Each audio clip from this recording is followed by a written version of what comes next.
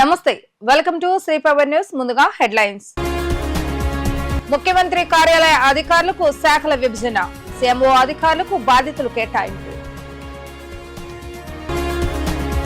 ముఖ్యమంత్రి జగన్మోహన్ రెడ్డి అధ్యక్షతన YCP parliamentary party సమావేశం భేటీ, రాష్ట్రంలో శాంతి భద్రతల పరిరక్షణ పూర్తిగా ప్రభుత్వం వైఫల్యం చెందిందని ఆగ్రహం. ఇంద్రకీలాద్రిపై ఘనంగా కొనసాగుతున్న శాకాంబరి ఉత్సవాలు, శాకాంబరి దేవిగా భక్తులకు దర్శనమిస్తున్న దుర్గమ్మ.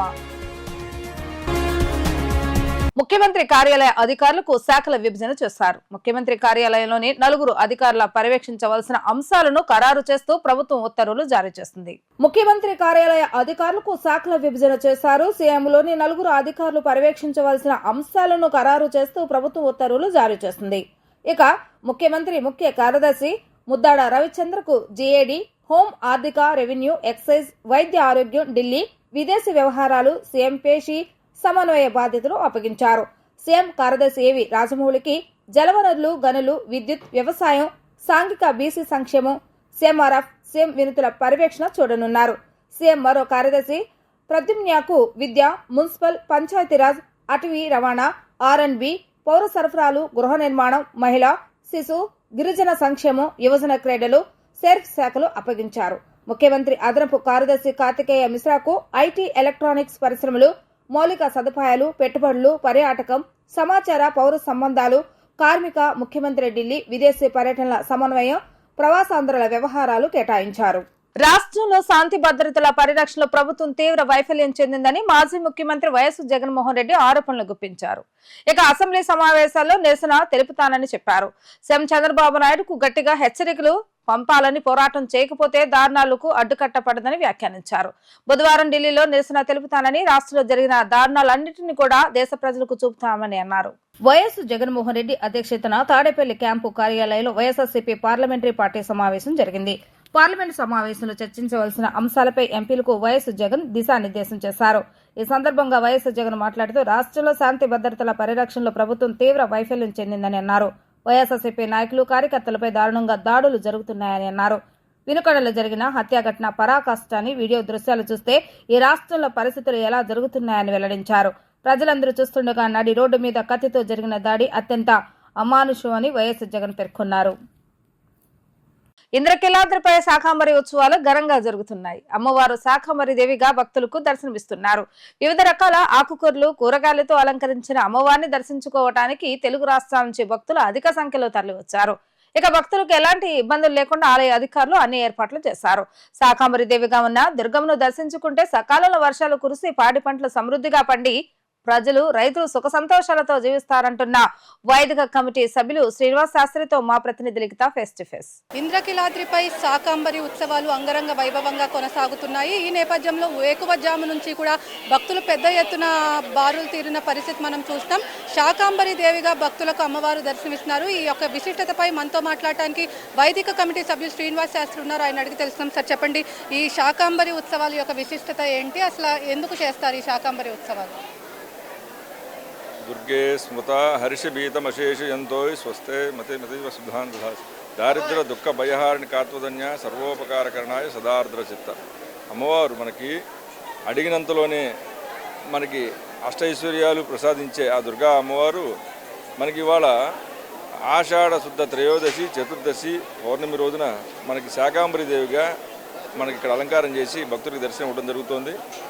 మనకి ఈ భూమి మీద ఒకానొక సమయంలో రాక్షసులు అందరూ కూడా ఈ భూమి అంతా కూడా అల్లకల్లోలం చేసి మనకి ఎటువంటి అన్నపానీయాలు లేకుండా చేసి మన ఇబ్బంది పెడుతున్న సమయంలో అమ్మవారిని ప్రార్థన చేయగా అప్పుడు అమ్మవారు మనకి ఈ యొక్క శాకాంబరి దేవిగా అవతరించి ఈ భూమి అంతా కూడా సస్యశ్యామలంగా ఉండేటట్టుగా అమ్మవారి అనుగ్రహంతో జరిగింది అని పురాణాల్లో చెప్పడం జరుగుతుంది. అట్లాంటి అమ్మవారిని మనం ఈ శాఖలతో అలంకరించి ఆ శాఖలతోటి అలంకరించిన శాఖలతోటి మళ్ళీ మనం కదమ్మ ప్రసాదంగా తయారు చేసి ఆ కదమ్మ ప్రసాదాన్ని కూడా భక్తులందరికీ కూడా ప్రసాదంగా ఇవ్వడం జరుగుతోంది.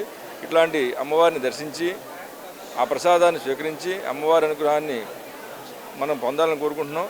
ఇట్లాంటి అమ్మవారిని మనం ఎవరైతే దర్శించుకుంటారో వారందరికీ కూడా సుఖశాంతులు అమ్మవారి యొక్క అనుగ్రహంతో సస్యశ్యామలంగా ఈ భూమి అంతా కూడా ఉండి మన అన్నపానీయాలకు ఎటువంటి లోటు లేకుండా ఉంటుందనే ఉద్దేశంతో ఈ యొక్క అమ్మవారిని దర్శించుకోవాలని కోరుకుంటున్నాం. జయ దుర్గా. స్వామి, అదేవిధంగా ఎన్ని టన్నుల కూరగాయలు దాతలు అందించారు?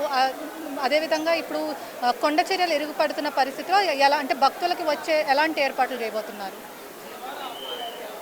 మనకి ఈ దేవాలయంలో భక్తులకి ఎటువంటి ఆటంకం లేకుండా అన్ని సౌకర్యాలు దేవస్థానం వారు ఏర్పాటు చేశారు.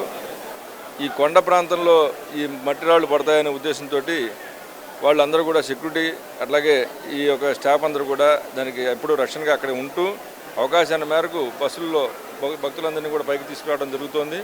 ఆ అవకాశాన్ని అందరూ సద్వినియోగపరచుకోండి. అదేవిధంగా ఇంకో మార్గంగా కనకదుర్గా నగర్ నుంచి లిఫ్ట్ మార్గంలో కూడా పైకి దర్శనం తీసుకురావడం జరుగుతోంది.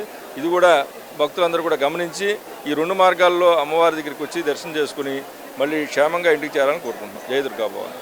స్వామి, ఎన్ని టన్నుల కూరగాయలు దాతలు ఇచ్చారు ఇప్పటి వరకు? ఈ 3 రోజులుగా ఎన్ని టన్నుల కూరగాయలు ఇచ్చారు? అసలు ఏంటి? ఇప్పటి వరకు మనకి ఒక్కొక్క ఏరియా నుంచి ఒక్కొక్కళ్ళు 10 టన్నులు, 15 టన్నులు, 20 టన్నులు చొప్పున అట్లాగే మనకి దగ్గర ఒక 60 టన్నుల దాకా మనకి ఇప్పుడు కూరగాయలు రావడం జరిగింది. ఈ కూరగాయలతోటి ఇప్పుడు ఉన్నంత వరకు దేవాలయంలో చుట్టుపక్కలంతా కూడా ప్రాంగణం అంతా కూడా అలంకారం చేయడం జరిగింది. ఈ రోజు వచ్చే కూరలతో కూడా ఇంకా ఎక్కడైతే ఖాళీ ఉన్నాయో అక్కడ కూడా అమ్మవారికి అలంకారం చేసి ఈ యొక్క ప్రాంతం అంతా కూడా అలంకారం చేసి భక్తుల్ని దర్శనం ఇవ్వడం జరుగుతుంది. మొత్తం మీద చూసుకున్నట్లయితే సుమారు 60 టన్నుల కూరగాయలను కూడా ఏర్పాటు చేశామని చెప్పి ఈ కూరగాయలన్నింటినీ కూడా కదంబం ప్రసాదంగా భక్తులకు కూడా అన్న ప్రసాదం కూడా ఇస్తామని చెప్పి కూడా చెప్తున్నారు. ఎలాంటి అవాంఛనీయ సంఘటనలు జరగకుండా కూడా అన్ని ఏర్పాట్లు చేశామని చెప్పి, అదేవిధంగా శాకాంబరి దేవిగా ఉన్న దుర్గమ్మను దర్శించుకుంటే సుఖ సంతోషాలు కలుగుతాయని చెప్పి కూడా ఇక్కడ ఆలయ పండితులు అయితే చెప్తున్నారు. ఇది ఇక్కడ ఉన్న పరిస్థితి. వీడియో జర్నలిస్ట్ అఖిల్తో లిఖిత, డిజిటల్ న్యూస్, ఇంద్రకిలాద్రి నుంచి. రాష్ట్ర ప్రభుత్వంపై మాజీ ముఖ్యమంత్రి జగన్మోహన్ రెడ్డి చేసిన వ్యాఖ్యలకు జనసేన నేత కొణిదెల నాగబాబు స్ట్రాంగ్ కౌంటర్ ఇచ్చారు. జగన్ శవ రాజకీయాలు మానుకోని హితవు పలికారు. రషీద్ హత్యకు రాజకీయాలతో సంబంధం లేదని అన్నారు. 2 వ్యక్తుల మధ్య జరిగిన గొడవలో అతను హత్య చేయబడ్డాడని తెలిపారు. జగన్ వ్యాఖ్యలకు కౌంటర్ ఇస్తూ జనసేన నేత కొణిదెల నాగబాబు వీడియో విడుదల చేశారు. ఈ హత్యను జనసేన పక్షాన తాము ఖండిస్తున్నామని అన్నారు. జగన్ పాలనలో ఎన్నో దారుణాలు చేశారని గుర్తు చేశారు. ప్రభుత్వ లోపాలను ప్రశ్నిస్తే కొట్టారని, ప్రతిపక్ష నేతలు గొంతెత్తితే కేసులు పెట్టారని ఆగ్రహాన్ని వ్యక్తం చేశారు. అమాయకులైన ప్రాణాలను బలి తీసుకున్నారని అన్నారు. టీడీపీ, జనసేన, బీజేపీ నేతలపై పెట్టిన కేసులకు హద్దే లేదని అన్నారు. పోలీసు వ్యవస్థను పూర్తిగా నిర్వీర్యం చేస్తారని విమర్శించారు. ఐపీఎస్లను వైసీపీ నాయకులుగా మార్చి పని చేయించారని వ్యాఖ్యలు చేశారు. ఇంతకాలం మీరు శవ రాజకీయాలు చేసే ఎంత దూరం వచ్చారు? జనాలు మీరు చెప్పే మాటల్ని నమ్మటం ఎప్పుడో మానేశారు. ఖచ్చితంగా ఈ హత్యకి సంబంధించి మేము కూడా ఖండిస్తున్నాం. ఖచ్చితంగా ఎలాంటి వ్యక్తులైనా సరే, ఈ వెనకాల ఉన్న వాళ్ళు ఎవరినైనా సరే పట్టుకొని కోర్టుకు తీసుకెళ్ళి శిక్షించాలని మేము కోరుకుంటున్నాం. అయితే ఇంకొక విషయం ఏంటంటే, గంజాయి ఇన్ఫ్లుయెన్స్తో కూడా ఉంటుంది ఎవడైతే చంపాడో అని కూడా బయట ఉంది. సో ఇలాంటివన్నీ రకరకాల వెర్షన్స్ వస్తున్నాయి. సో మీరు అర్జెంటుగా వినుకొండొచ్చి ఆ చనిపోయిన కుర్రవాడికి ఒక పార్టీ నాయకుడిగా మీ సానుభూతి తెలపటం అనేది మాకు ఎటువంటి అబ్జెక్షన్ లేదు, మంచిది కూడా తెలపటం. కాకపోతే మీరు దాన్ని రాజకీయ రంగు పూలిమి ఇంకా గట్టిగా నెల 10 రోజులు కూడా కాకుండానే, ప్రభుత్వం ఏర్పాటు అవ్వకుండానే మీరు రకరకాల విమర్శలు చేసి అక్కడికి వెళ్ళి జగనన్న పథకాలు, జగన్ మామ, ఇంకా ఎంతకాలం మీరు ఇలాంటి మాటలు మాట్లాడతారు? అధికారం ఉన్నప్పుడు నటించారు, అధికారం పోయినప్పుడు నటిస్తున్నారు. నటనల మీద పరిపాలన సాగదు. ఈ విషయం ఇప్పటికే మీకు అర్థమై ఉండాలి, మీ వైసీపీ నాయకులు కూడా అర్థమై ఉండాలి. ఎంతకాలం ఇంకా నటిస్తారు మీరు? ఓపెన్గా ఉండండి. 2019లో మీకు అద్భుతమైనటువంటి తీర్పు ఇచ్చారు ప్రజలు మీకోసం. దాన్ని మీరు అత్యంత దారుణంగా, దుర్మార్గంగా ఉపయోగించుకొని ప్రజల నెత్తి మీద కాలు పెట్టి తొక్కారు. ప్రజల్ని హింసించి వదిలేరు మీరు. మీ పరిపాలనలో సామాన్యుడు సైతం భయపడ్డాడు. ప్రజల కోసం నిలబడిన కొంతమంది నాయకులు, కొంతమంది కార్యకర్తలు తప్ప ప్రతి ఒక్కరు భయపడ్డారు, ప్రతి వాళ్ళు భయపడ్డారు. మీరు ఇప్పుడు వచ్చేసేసి ఏదో అన్యాయం జరిగిపోయింది, డెఫినెట్గా ఇది తప్పే, దీన్ని మేము ఖండిస్తున్నాం. కానీ దీనికి రాజకీయ రంగు పూలిమి ఈ శవ రాజకీయాలు చేయకండి.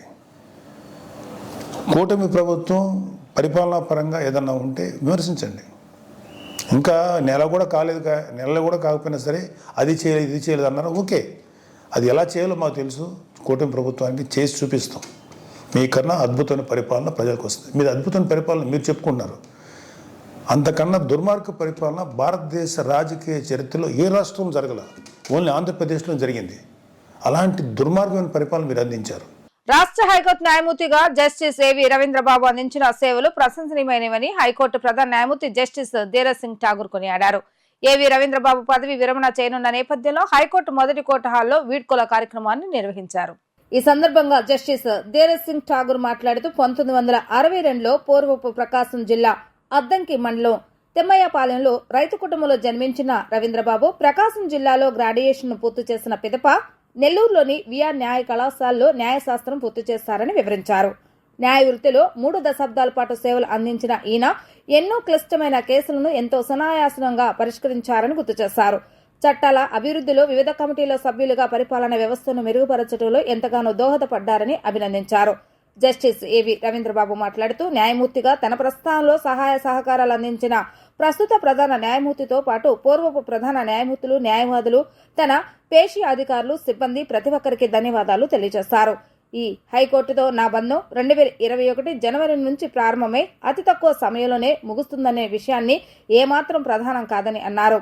We have all assembled here to bid adieu to our esteemed brother Justice Ravindra Babu, who is remitting office today. Justice Ravindra Babu was born in the year 1962 in Thimmaya Palam village of erstwhile Prakasham district. He had his primary, secondary and college education in Prakasham district. After graduating in arts, he completed his law course from VR Law College, Nellore. He was enrolled as an advocate on the rolls of Bar Council of Andhra Pradesh on 10th of June 1988 and joined the chambers of late Shri M.R. Chaudhary, who was a leading lawyer in criminal law in Chirala, where he practiced up to December 91 and thereafter shifted his practice to Adamki. He was selected as Munsif Magistrate and joined judicial service on 5th of May 1994 and worked at various places. He was promoted as Senior Civil Judge in the year 2005. He was appointed as a District and Session Judge in the year 2012 and worked as Principal District Judge before being appointed as Registrar General for the High Court of Andhra Pradesh at Amravati in December 21 and worked as such till his elevation as a judge of this court on 4th of August 2022. During the course of his judicial career spanning over 3 decades, Justice Ravindra Babu dealt with the most complex cases with considerable ease. Apart from his contribution in the development of law, Justice Ravindra Babu contributed even on the administrative side as a member of various committees. His rich experience gained as the Registrar General of this High Court also immensely benefited the registry of this court by his guidance in various procedural matters and helped it to improve its functioning. I am sure Justice Ravindra Babu will continue to share his rich experience and guide the young law students, advocates as also the judicial officers by participating in programs which will help the fraternity to achieve excellence. Although Justice Ravindra Babu is parting company with us as a sitting judge of this court, he shall forever be in our hearts as a member of our family. On behalf of all the judges of this High Court, I wish Justice Ravindra Babu good health, prosperity and wish him success for all his future endeavors. గడిచిన 72 గంటలుగా ఎడతెరిపి లేకుండా కురుస్తున్న వర్షాలకు జిల్లాలోని వాగులు వంకలు పొంగి పొర్లుతున్నాయి. వరద నీరంతా కృష్ణానదిలో కలుస్తున్న నేపథ్యంలో ప్రకాశం బ్యారేజీకి వరద నీరు వచ్చి చేరుతుంది. బ్యారేజీ పూర్తి నీటి నిల్వ సామర్థ్యం 12 అడుగులకు నీటి మట్టం చేరుకున్న నేపథ్యంలో ఇన్ఫ్లో పెరుగుతున్న తరుణంలో అధికారులు శనివారం ఉదయం 7 గంటల 15 నిమిషాలకు బ్యారేజ్ గేట్లను ఎత్తి దిగువకు మిగులు జలాలను విడుదల చేశారు. ఎన్టీఆర్ జిల్లా వ్యాప్తంగా విస్తృతంగా కురుస్తున్న వర్షాలకు తోడు కృష్ణానది పరివాహక ప్రాంతాలతో పడుతున్న వర్షాలకు కృష్ణానదికి వరద నీరు పెద్ద ఎత్తున పోటెత్తుతుంది. గడిచిన 72 గంటలుగా ఎడతెరిపి లేకుండా కురుస్తున్న వర్షాలకు జిల్లాలోని వాగులు వంకలు పొంగి పొర్లుతున్నాయి. వరద నీరంతా కృష్ణానదిలో కలుస్తున్న నేపథ్యంలో ప్రకాశం బ్యారేజ్కు వరద నీరు వచ్చి చేరుతుంది. గంట గంటకు పెరుగుతున్న వరద ఉధృతితో ప్రస్తుతం ప్రకాశం బ్యారేజ్ నిండుకుండను తలపిస్తుంది. బ్యారేజ్ పూర్తి నీటి నిల్వ సామర్థ్యం 12 అడుగులకు నీటి మట్టం చేరుతున్న నేపథ్యంలో ఇన్ఫ్లో పెరుగుతున్న తరుణంలో అధికారులు శనివారం ఉదయం 7 గంటల 15 నిమిషాలకు బ్యారేజ్ గేట్లను ఎత్తి దిగువకు మిగులు జలాలను విడుదల చేశారు. బ్యారేజ్ మొత్తం 70 గేట్లలో 4 గేట్ల అడుగు మేర ఎత్తువ దిగువకు 2920 క్యూసెక్ల నీటిని సముద్రంలోకి విడుదల చేశారు. ప్రస్తుతం కృష్ణానదికి 6833 క్యూసెక్ల ఇన్ఫ్లో ఉండగా సముద్రంలోకి 2920 క్యూసెక్ల కృష్ణా డెల్టా తూర్పు పశ్చిమ కాలువలకు మరో 3913 క్యూసెక్ల నీటిని సాగునీటి అవసరాల కోసం విడుదల చేశారు. బ్యారేజీకి పెద్ద ఎత్తున వరద నీరు గంట గంటకు పెరుగుతున్న నేపథ్యంలో అప్రమత్తమైన అధికారులు నది పరివాహక ప్రాంతాలతో పాటు కృష్ణానది దిగువ ప్రాంతాలు ఉన్న ప్రజలను అప్రమత్తం చేశారు. జూలై 22వ తేదీ నుంచి ఆంధ్రప్రదేశ్ రాష్ట్ర శాసనసభ సమావేశాలు జరగనున్నాయి. ఈ సందర్భంగా ఎటువంటి అవాంఛనీయ సంఘటనలకు ఆస్కారం లేకుండా పటిష్టమైన బందోబస్తు ఏర్పాటు చేయాలని శాసనమండలి చైర్మన్ కె మోషన్ రాజు శాసనసభాపతి చింతకాల అయ్యన్నపాత్రుడు పోలీస్ శాఖ అధికారులను ఆదేశించారు. రానున్న అసెంబ్లీ సమావేశాల దృష్ట్యా చేపట్టాల్సిన బందోబస్తు ఏర్పాట్లపై శుక్రవారం అసెంబ్లీ భవనంలో పోలీస్ శాఖ అధికారులతో సమావేశమై చర్చించారు. ఈ సందర్భంగా రాష్ట్ర శాసన మండలి అధ్యక్షుడు కోయ మోషన్ రాజు మాట్లాడుతూ ఈసారి అసెంబ్లీ సమావేశాలకు 88 మంది కొత్తగా ఎన్నికైన శాసనసభ్యులు, కొంతమంది శాసన మండలి సభ్యులు హాజరు కానున్నట్లుగా తెలిపారు. ఈ నేపథ్యంలో ఆయా సభ్యులను సక్రమంగా గుర్తించేందుకు తగు చర్యలు తీసుకోవాలని సూచించారు. అసెంబ్లీ ప్రాంగణం అత్యంత ముఖ్యమైన సెక్యూరిటీ జోన్ అని ఎవరు పడితే వారు లోపలికి ప్రవేశించకుండా శాంతి భద్రతలకు విఘాతం కలగని రీతిలో కట్టుదిట్టమైన బందోబస్తు ఏర్పాట్లు చేయాలని పోలీసు ఉన్నతాధికారులను ఆదేశించారు. ముఖ్యంగా అసెంబ్లీ ప్రాంగణంలోని అన్ని సీసీ కెమెరాలు సక్రమంగా పనిచేసేలా చూసుకోవాలని అన్నారు.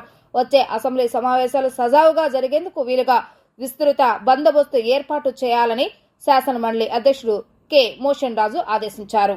ఈ నెల 16వ తేదీన నర్సాపురం ఎంపీడీఓ మండవ వెంకట రమణారావు అనుమానాస్పదంగా మిస్సింగ్ కేసు నమోదవడంతో ఇన్వెస్టిగేషన్ నిమిత్తం అతని చివరిసారిగా విజయవాడ మధురానగర్ ఏలూరు కేనల వద్ద అతని ఫోన్ సిగ్నల్ ఆగిపోవడంతో దాన్ని ఆధారం చేసుకుని విచారణ చేపడుతున్నారు పోలీసులు. ఈ సందర్భంగా గన్నవరం డీఎస్పీ జయసూర్య మాట్లాడుతూ విజయవాడ మధురానగర్ నుండి ఏలూరు కాలువను NDRF, SDRF, special police, local police సిబ్బంది సహాయంతో 16, 17, 18 తేదీలో గాలింపు చర్యలు చేపడతామని అన్నారు.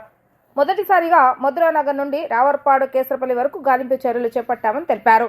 NDRF, SDRF, special police, local police అన్ని బృందాలు కలిపి కేసరపల్లి నుంచి అవుట్పల్లి, హనుమాన్ జంక్షన్, పెరికిపాడు వరకు ఏలూరు కాలువ దిగువనకు 2 వైపులా గాలింపు చర్యలు చేపడుతున్నాము.